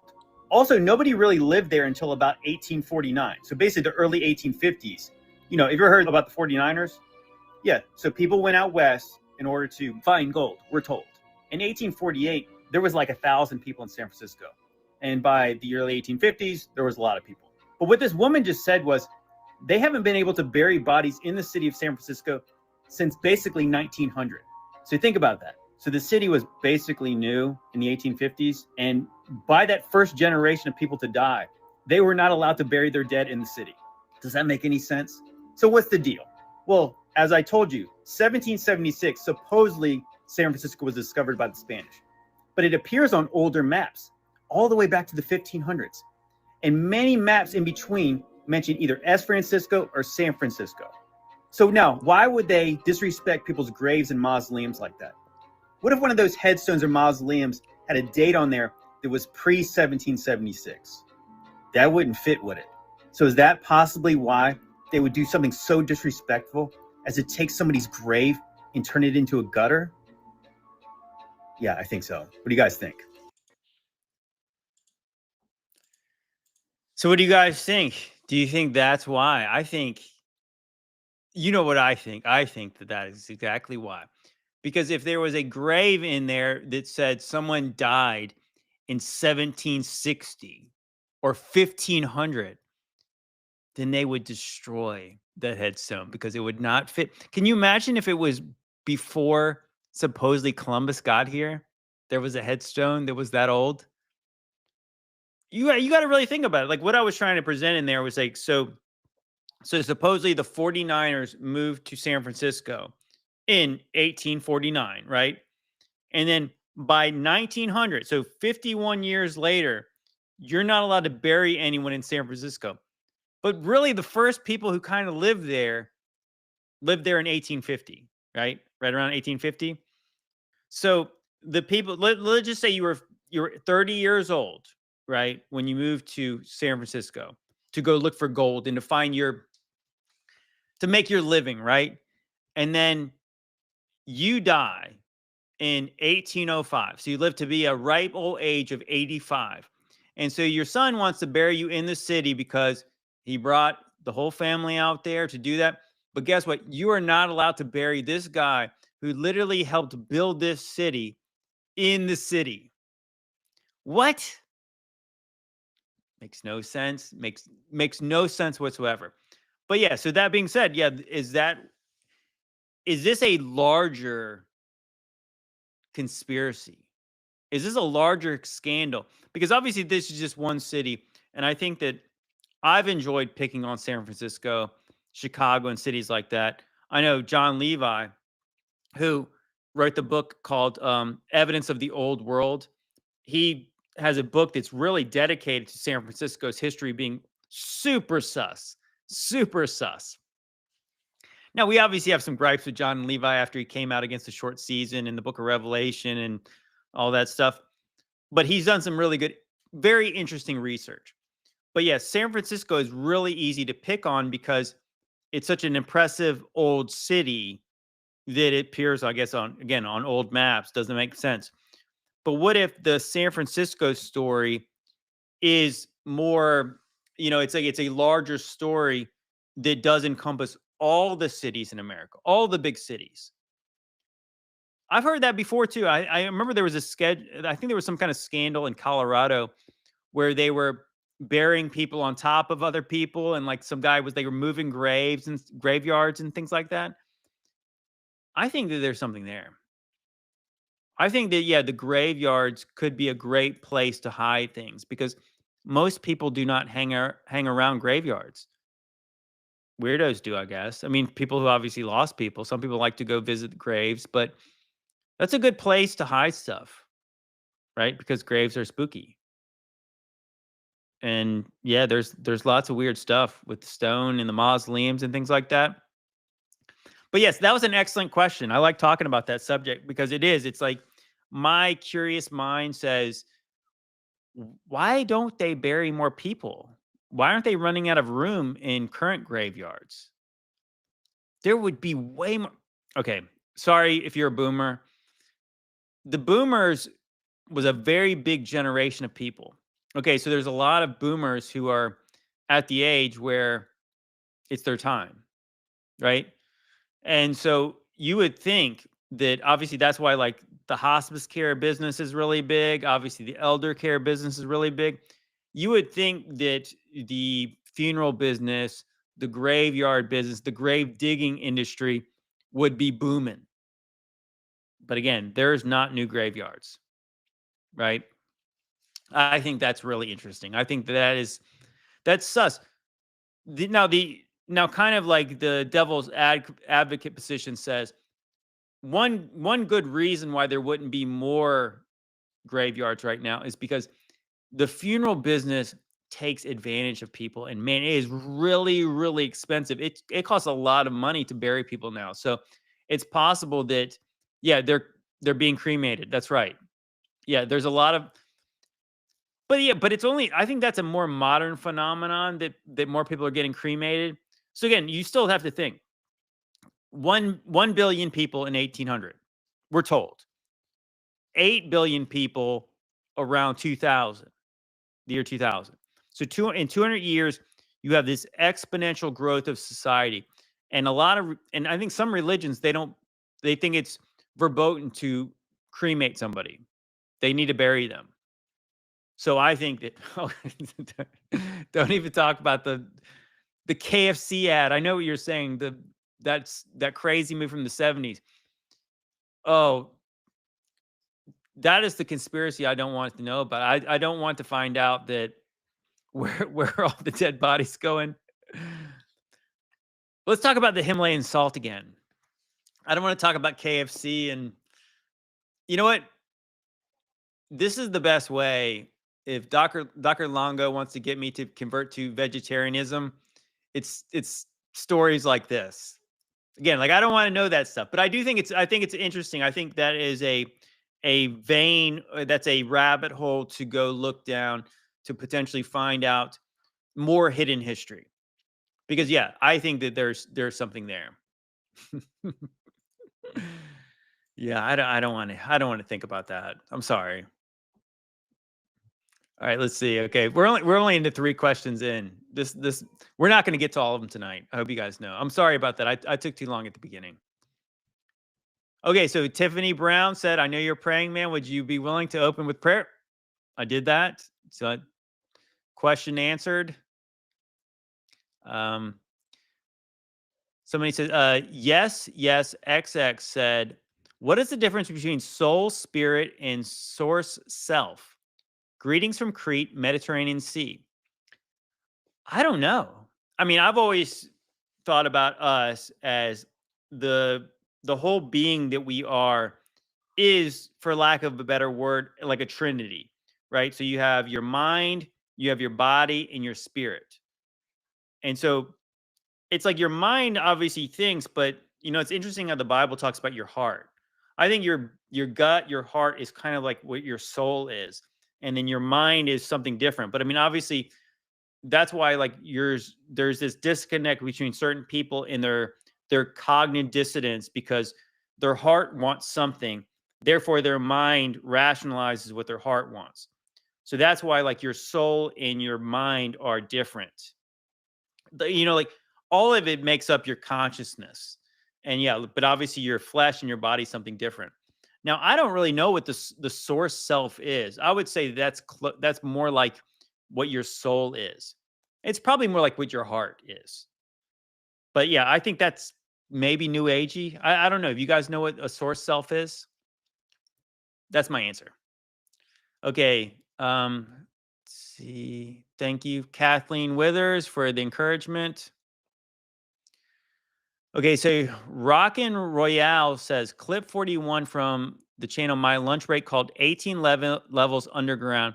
At the end of that video, it shows a correlation between the Sumerian Kings list and the book of Genesis. What's your take on the connection, if it's actually legit? Thank you.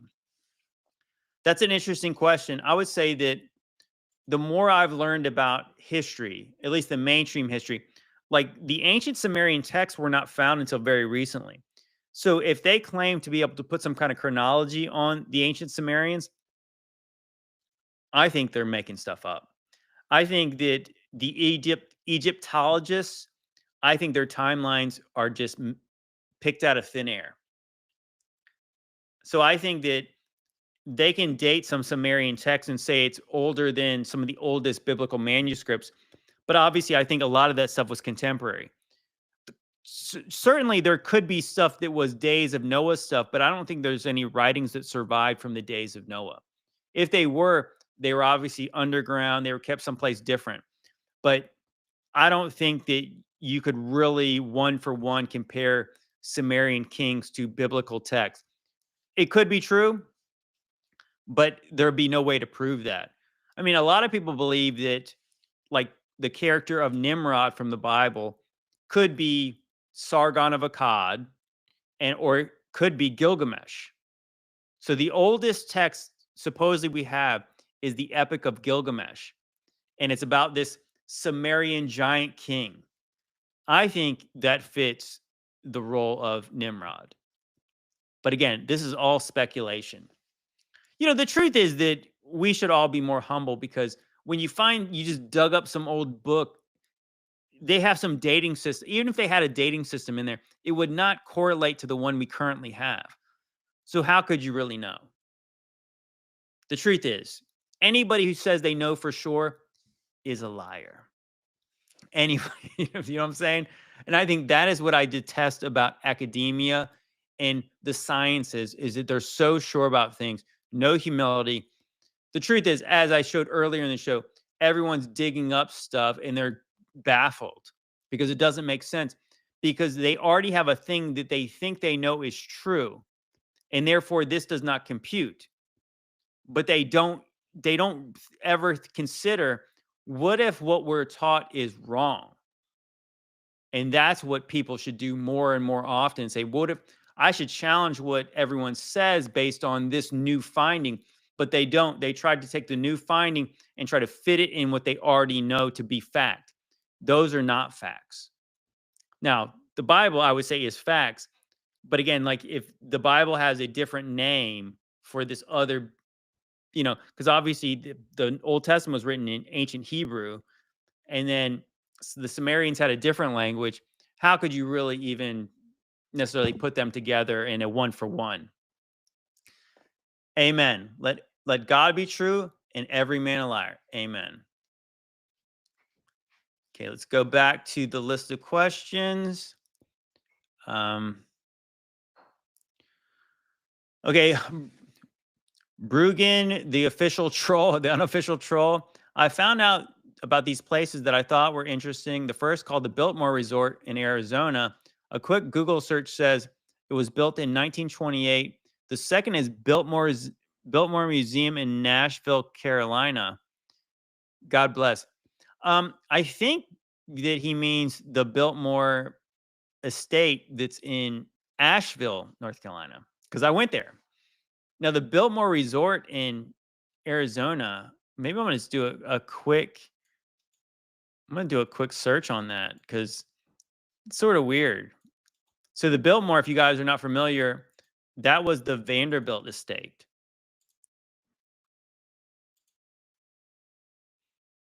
Let me see some images of that. Ooh, this looks kind of old world looking, kind of weird. Share that. I don't know if it's old world or not, though. It's definitely unusual. It's not the typical Arizona motif. It's, yeah, a lot of stone. Yeah, it's got some old world feel to it, doesn't it? But obviously it's not quite as it could be that they took some of the domes and the spires off it, and it looks a little more, I don't know, reserved now. Kind of interesting. You guys should, if you guys have not seen the Biltmore Estate on your own, you guys should check that out, though. That's clearly a different style, but could be something interesting in there. There could be some kind of correlation. I mean, yeah, so the Biltmore, I think, was the maiden name of, maybe was it Vanderbilt's wife or something? Maybe it was on one of the women's side, on the Vanderbilt family, there was a Biltmore. And I think the Biltmores went back to, I think, was like either like the Netherlands or like Denmark. Is that the same place? I'm sorry. If I forgot. A Vander who built. Well, I mean, I think that at least what we're told is that it was a maiden name of somebody that one of the Vanderbilt sons, I don't think it was Cornelius, married. And that's why they called it Vanderbilt. Or Biltmore. They were obviously the Vanderbilts. Okay, it says, Alex O'Hare. The writings of Josephus mention him seeing a sword in the sky. Constantine wrote he himself saw a cross in the sky. A hilted sword pointed downwards resembles a cross. What are your thoughts that these two events happen at the same time? I think that is an excellent question. I think that's a great question. Because what I found really interesting is that in Matthew 24, Jesus tells the apostles all the signs that are going to lead up to his return, to the destruction of the temple, his coming, in the end of the world or the end of the age. And so he says, directly after the tribulation of those days, there'll be a sign of the Son of Man in heaven. And then it says the heavens will be shaken, and then it says he's going to be coming on the clouds. But I didn't really ever think about it too much until recently. I thought, so what was the sign of the Son of Man that was in heaven? What if that was what Josephus was describing? That there was something, that looked like a sword, but Alex is correct that a sword and a cross don't look too much different, especially if it's in the sign of a star, which would have had light beams, the way the light looks. It would be pointing like a sword, but it could look like a cross. And that is what we're told, that Constantine saw a vision in heaven of a double hilted cross. And he was told to go conquer in the name of this. Now, what's really fascinating is that Gunnar Heinzen, we keep pointing back to this documentary, Gunnar Heinzen actually puts Constantine in the first century. That is wild. So what he's saying is that Constantine would have been living in the same times as the times of the destruction of Jerusalem, which possibly led to the destruction of all the Roman Empire at the same time. I think it's very possible. I don't think that we could ever know for sure, but yes, it's very interesting question. And I have wondered it myself, but yeah, I hope you that's all I got to say, is that I'm really interested in that. I got to read more about what Constantine saw, but I do think it's interesting that when I was first starting in the truther biz, and I don't mean that business like I was making money, but when I first started looking into these things, I did kind of wonder if Constantine was co-opting Christianity. But the more I really think about it, I think that he became a legit Christian. I think that I don't think that you change from a pagan to a Christian to co-opt it. I think he was legitimately a Christian. That does not mean he was perfect. That doesn't mean all the things the Romans did when they converted to Christianity were perfect. But I do think that likely it was sincere, because otherwise they didn't have to do that unless they felt and saw the real power of God, the King on the throne, a sign of Jesus in heaven. I think it was real. Okay, so let's see.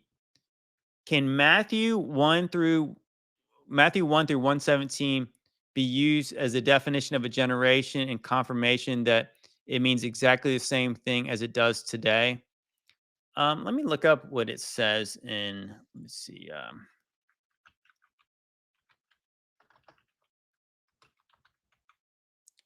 Try to look that up. Let's see what it says in there.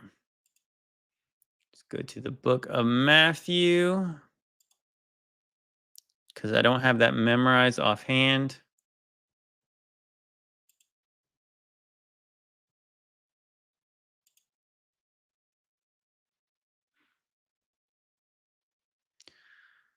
Okay, let's share this screen. I'm not going to read all 17 things, but let's just kind of get the gist of this sister's question.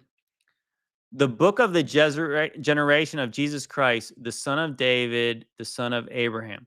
Well, I think you said right there, I think right off the top, you say this book is about the generation of Jesus Christ. So 1 through 17, it talks about all the lineage of Jesus that leads up to his generation.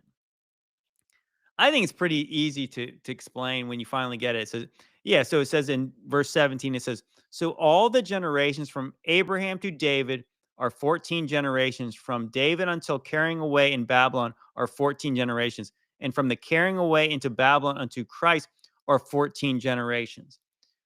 So that's a great point. I'm sure she's on board with us. Is that so when Jesus says this generation, he's obviously talking about the one that it's talking about in Matthew chapter 1. Is there's 14 generations leading up to Jesus, and then so what does it said? What did it say? 14 and then 14? Yeah, it said 17. So from Abraham to David, there are 14 generations. And from David, from the carrying away to Babylon are 14 generations. From the carrying away of Babylon unto Christ, there's 14 generations. So you have, what is that? That is that 52 generations? So when Jesus says this generation, people really think that he means 2,000 years from now. No, he's talking about the generation that he lives in, because it says the book of the generation of Jesus Christ, the son of David, the son of Abraham. So right off the bat, the book is telling you it's the generation of Jesus. So when Jesus says this generation, which generation do you think he's talking to? He's talking to the one he's living in, right? And if he wasn't crucified, he would have lived right along with them until the end. But he was crucified, he rose again, and he ascended to heaven. Otherwise, this was exactly the generation that he was in. So yes, great question, because I think that proves our point. Okay, let's go to the next question. How are we doing on time? I probably got about 15 more minutes in me, so we'll get as far along the list as we can. Okay, so we went. It says, Amy Blankenship 5858. What can you expect after Satan's little season? Can we expect a lot about the fact it's in his season? But I'm curious about what happens afterward. Looking forward to it. Well, I mean, in the Bible, you go to Revelation chapter 20. It says that during the little season, Satan deceives the nations and he gathers the nations to create an army to surround the camp of the saints and the holy city or the beloved city. And then fire comes down from heaven. And so after that, you have a new heaven and a new earth. So, I mean, I think during the little season, I think you expect what you got right now is you got a lot of deception. Afterwards, you have a war, or during the end of the little season, you have a war, and then you have a new heaven and new earth. And we have the best thing to look forward to is we have a place that has no tears, streets of transparent gold, no need of the light because Jesus is the light and the sun and God is the temple. That is a lot to look forward to, and I'm excited about that. Okay, Lucy Girl 8. Have you listened to the new Cosmos videocast on YouTube? Would love to see a discussion with Maurice Rogers. Also, Hangman 1128 about the ancient trees. I have not, but I have done a couple podcasts talking about the potentially ancient tree stumps, giant tree stumps that look like they could have been once giant trees. Places like the Devil's Tower. That is, I think they could have been. They certainly look like tree stumps.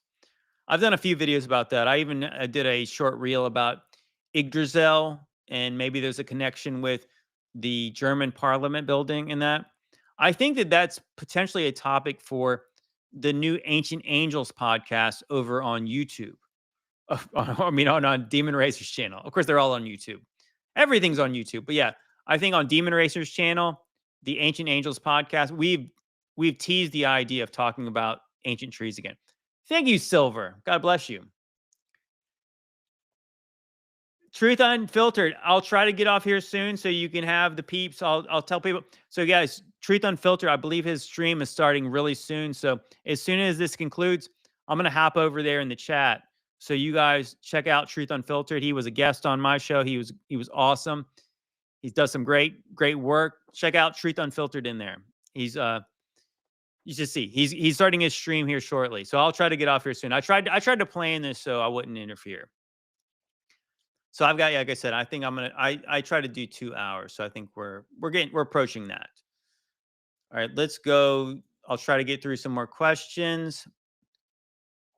Okay, so Rock and Royale, you already answered. I already asked you. You already asked the question. I answered it. So, so I got to get to the person who has not asked. Okay, is it Darog 2511? Hey JT, do you think the apocryphal writings in lost books of the Bible, such as Enoch 1, Esdras, Maccabees, and Baruch, were removed by the powers that be of how they relate to the Satan's little seas and end times prophecies? Also, the detail of the fall of Jerusalem, which contradicts futurist viewpoints. I'd love to hear you discuss these books and how they fit into the end times eschatology, or if you think they have been disregarded for other reasons. Edit, apologies if you've covered this in past videos, I may have missed. No apologies necessary. That is a excellent question. I think some of these things could have been lost during kind of the cataclysmic times, where if we believe that the first canon was the Ethiopian canon that included lots of those books, and then you have a later canon, well, you could conclude that some of this stuff was lost, because it wasn't until very recently that we're told the Dead Sea Scrolls were found, and then some of these older books were found in them to validate that they were legit. But I have questions. Again, guys, that I am a conspiracy theorist. So I had wondered about that dark period between when the Old Testament ends and then the New Testament begins. God bless you, Orange Peel. Thank you. Yeah, so there is 400 years between the Old Testament and the New Testament. I definitely think that, yes, I think that those books were removed on purpose. I think that there's a lot that it could have been explained about, maybe like why the Pharisees were the way that they were, why the Sadducees were the way that they were. We get to learn more about the Essenes. I think it's really interesting that when the New Testament starts, the Pharisees are never mentioned in the Old Testament. Do you guys notice that? The Sadducees are never mentioned. The Essenes are never mentioned at all. But what we show when Jesus shows up, we just know it's a wicked time. We know it's a contrary to God time. It's a wicked generation. Jesus shows up at a very specific time, but there's really no understanding about like what happened before, other than that obviously we have Daniel's 70 weeks, we have the rebuilding of the temple, but then we just have this blank spot. I think for sure that, yes, I think that stuff was taken out on purpose. That's my personal opinion. I would say that I don't know that for sure. I think that it could be. Now, the Book of Enoch, yeah, I think that the Book of Enoch, I think it's legit. I think that it explains why God flooded the earth. It explains a lot more than that. And I also think it's really interesting. The Book of Enoch mentions at the very beginning that this book was not meant for the current generation. It was meant for the end times generation. And Jesus and the apostles quote from the Book of Enoch.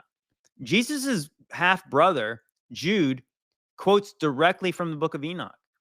So yeah, I think that's certainly a very good possibility that it was taken out on purpose, because nobody could cling to that Sethite view, the fact that the sons of God who took wives of the daughters of men were Seth's line taking wives of Cain's line to create a hybrid race of giants. Makes no sense. So yeah, I think that there's very likely why these books were taken out. Esdras, Brian and I talked about it, I think probably 2 months ago ish.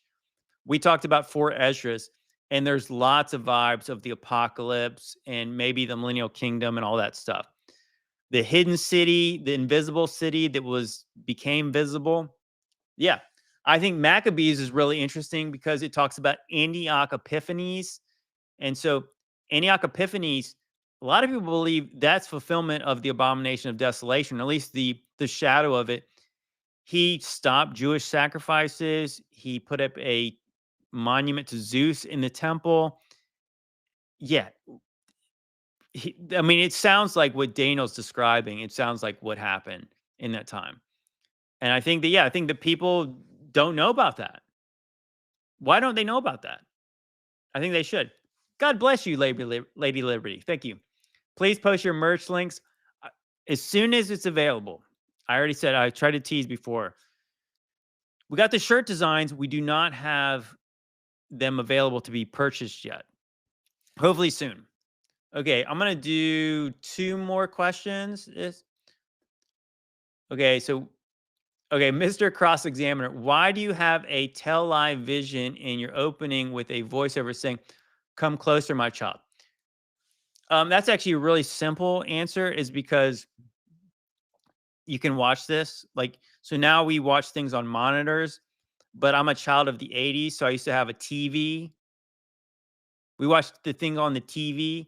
So I think it's kind of cool you could still watch JT Files JC on the TV. I'm not telling the tell live vision. I'm just showing you that you could watch it on your TV. I think it's kind of a throwback 80s aesthetic because, again, I'm a kid of the 80s. And the "Come Closer, My Child" comes from, you have to hear the whole song by,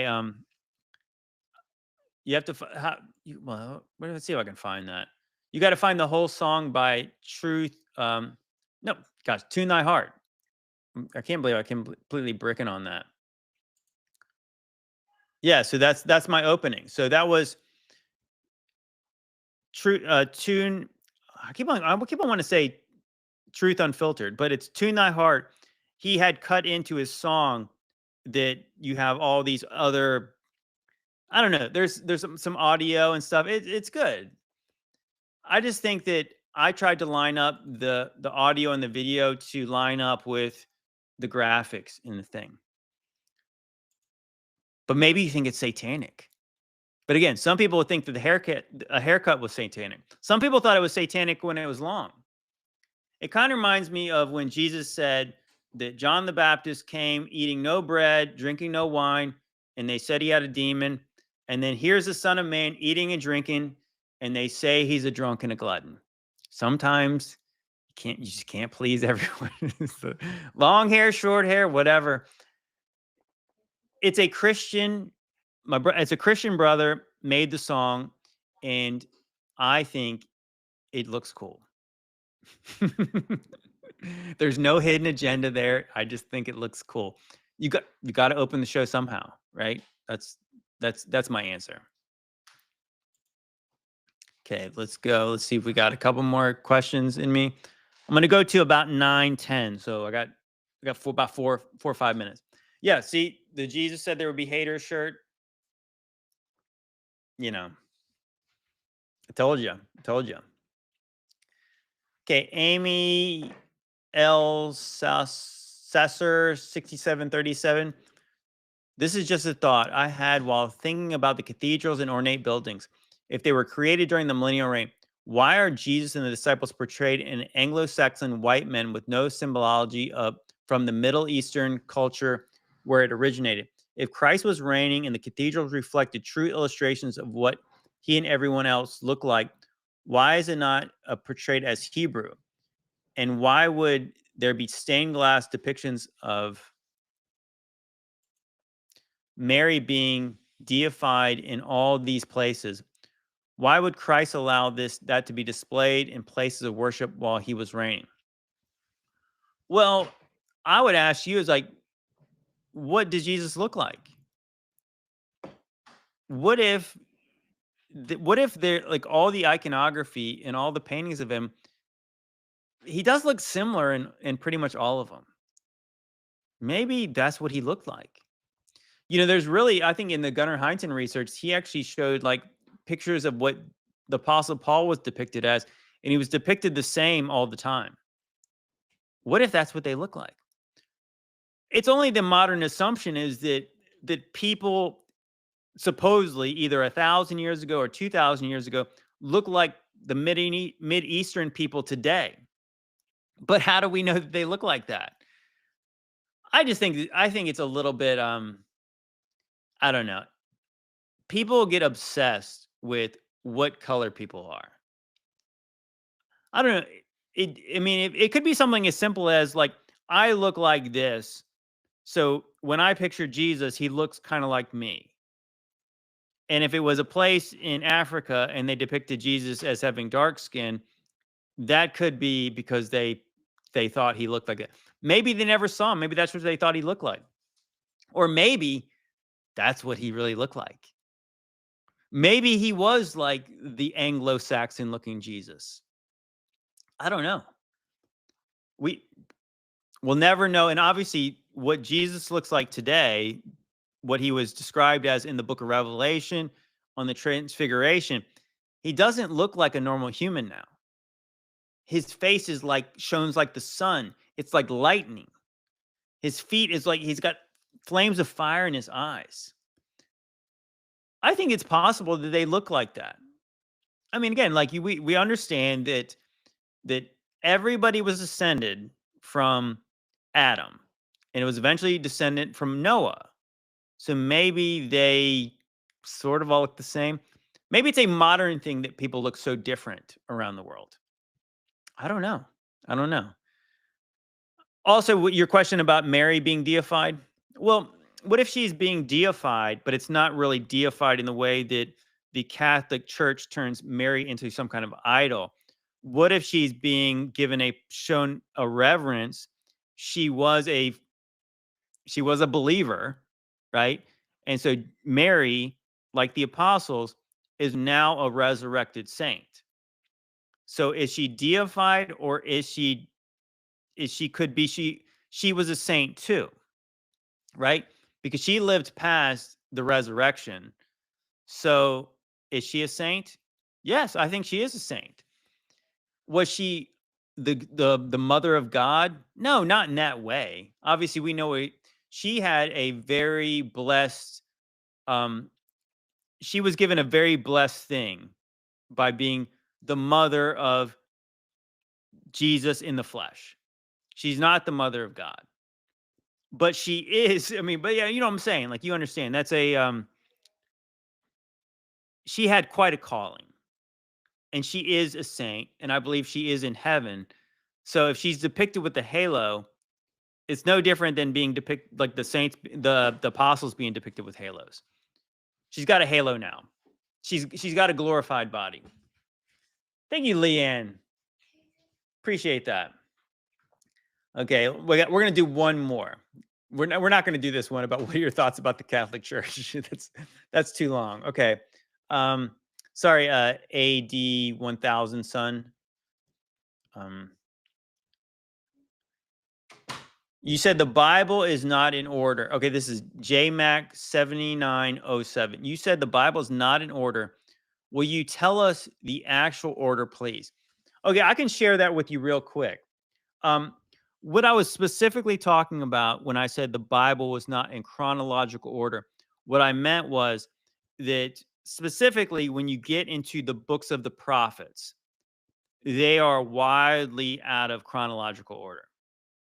It's because you can kind of tell when you read the Bible enough, you can read through like the books of Kings, the books of Chronicles, and it shows the kings and it shows the prophets a lot of times with the kings. And then so when you start to see, wait a minute, so you have it's at Isaiah is in the times of like Hezekiah. So then you look in the kings list, you're like, well, Isaiah is further down than his father Amos. So Amos is after the book of Isaiah. Hosea should be before the book of Isaiah. So that's like the Bible categorizes major prophets and minor prophets. The truth is, obviously, any prophet from God to those people is a major prophet. Now, I get the distinction because, yeah, Jesus quotes from Isaiah. He quotes from Daniel. He quotes from David. He quotes from, I think he quotes from Jeremiah. Yeah, so I mean, I get why certain people are considered major prophets, Ezekiel, and I get why certain people are minor prophets. That being said, they don't need to be out of order. And I'll try to find, let's see if I can find, let's see, books of the Bible in chronological order. Now, it's funny. So I'm trying to do a study on that right now, and my wife is doing as well, and we're both doing different studies. I think hers was a little bit overly complicated, but let's see if I can show this. No, is that showing? No, that's showing the Old Testament.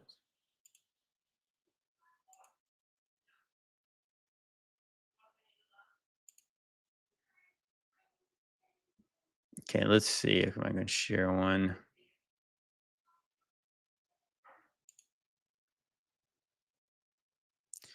Okay, that's sometimes they put Job too soon, but I don't really like that idea. But let's just go for just for being illustrative. We'll show this. And so some people say that the book of Job, because it's the oldest manuscript that was found. Yeah, believe it or not, the book of Job was supposedly an older manuscript than the book of Genesis. It does not mean Job was written before Genesis. It just means like the manuscripts. We don't have the original copies of any of these books.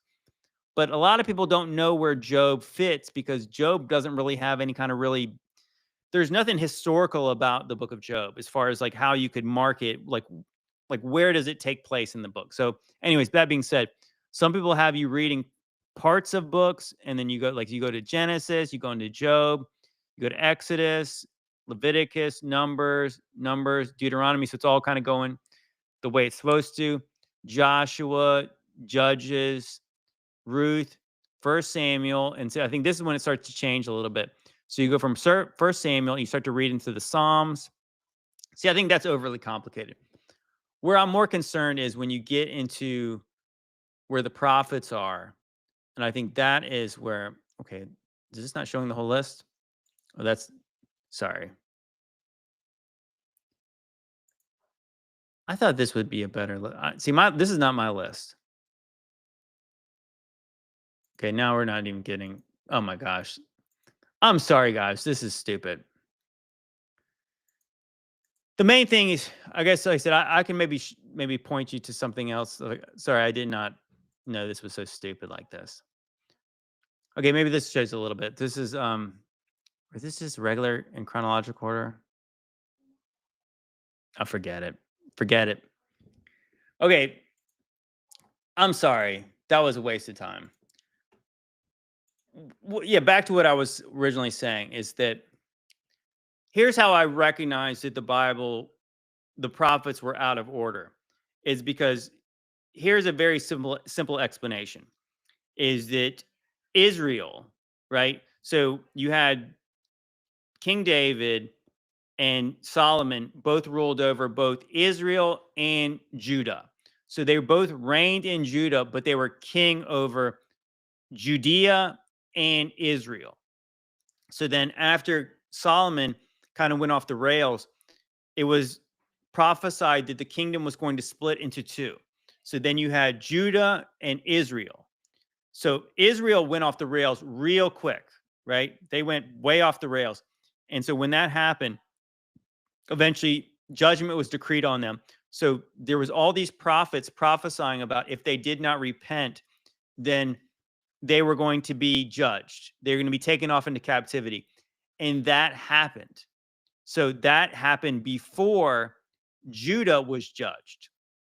So when Judah was judged, you had Nebuchadnezzar came in. But before that, Assyria took Israel into captivity and scattered them amongst the nations. So I think that's when I really started to recognize like that Hosea and Amos that take place after the book of Daniel are prophesying to Israel about the day of the Lord coming in their time. But but the books that were before that, they already told the story about how Israel was taken into captivity first, and then Judah was taken in second. So that being said, the major prophets are prophesying about the judgment on Judah, Jerusalem, and then the minor prophets, most of them were prophesying to Israel. So that happened first. And those books are put on the back end of the Old Testament. And then eventually you get into like Nehemiah. So like books like Ezra and Nehemiah about the rebuilding of the second temple or the rebuilding of the temple, building the second temple, that should be the end of your Old Testament. But then they got these other kind of minor prophets that are prophesying to Israel that are kind of tacked on toward the end. It's confusing to people. So anyways, I would encourage you guys on your own to go check that out, to go look that up, to, if you want to understand better, maybe try to read some of the books of the Bible in like at least the prophets. For the most part, it goes pretty chronological until you get to the prophets. It gets messy then. That's all I'm saying. So anyways, guys, that's it for tonight. I hope you guys enjoyed this. It was a little bit scattershot, but of course, that's what my content typically is. So guys, I hope you guys enjoyed this with all the technical difficulties and all. So once again, guys, if you guys want to support this channel, obviously you feel led to do so, I please encourage you to do that. Again, as I try to make this journey, this leap into full-time content creation, I thank you so much for all the super chats. You guys were very good to me tonight, better than I deserve. And as soon as the shirts are available, I will make sure you guys know. Again, they come in all kinds of colors, a female font, you know, like it's a little binary choice between which kind of shirts you like. But yeah, I really appreciate you guys hanging out with us. Once again, check out the sponsor, Modern Roots Life. I'll try to leave a link in the description. I appreciate you guys hanging out with me, being patient with me. I love you guys. And once again, check out Truth Unfiltered. He's on live now. So if you guys gonna go show my brother some love, thank you, Culticon. Appreciate all you guys. God bless you guys. I will see you guys on the next JT's mixtape. Love y'all.